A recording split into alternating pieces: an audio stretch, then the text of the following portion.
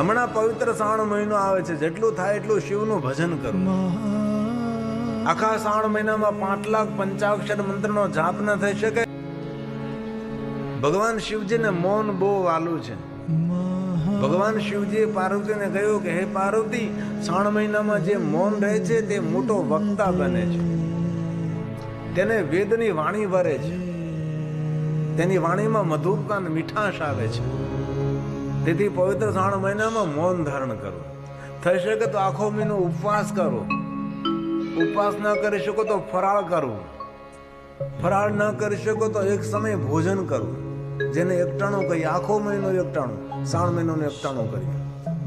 અને એમ ન થઈ શકે તો એક દિવસ એકટાણું કરવું, બીજે દિવસે 3 ટાણું કરવું. આ એક દિવસ એકટાણું, બીજે ત્રીજે દિવસે 3 ભૂલી લે, પાછું બી એકટાણું. એક દિવસ ઉપવાસ ને એક દિવસ જમવાનું, એક દિવસ ઉપવાસ ને એક દિવસ જમવાનું. આવી રીતે પણ વ્રત કરી શકાય. શ્રાવણ માસની અંદર બને એટલું ભગવાનનું ખૂબ ભજન કરવું. ઈશ્વરનું ભજન થોડું કરવાથી અધિક ફળ આપનારો પવિત્ર શ્રાવણ મહિનો છે. શ્રાવણ મહિનાનો ખૂબ મહિમા. અને આખો મહિનો કાંઈ ન થાય ને તો ધરતી પર હોવું, ધરતી પર સુવાનું પૂર્ણ છે શ્રાવણ મહિનામાં.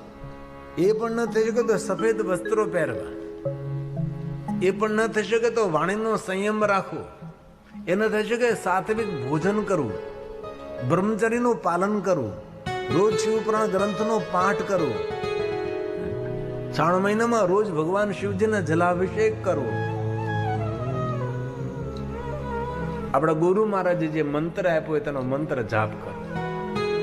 આપણા ઉપર સદગુરુ હોય ને, સદગુરુ આપણને મંત્ર આપ્યો, ભાઈ તમારે આ મંત્રનો જાપ કરવાનો છે, પછી બીજા મંત્રોમાં ફાફા નહીં મારવાના.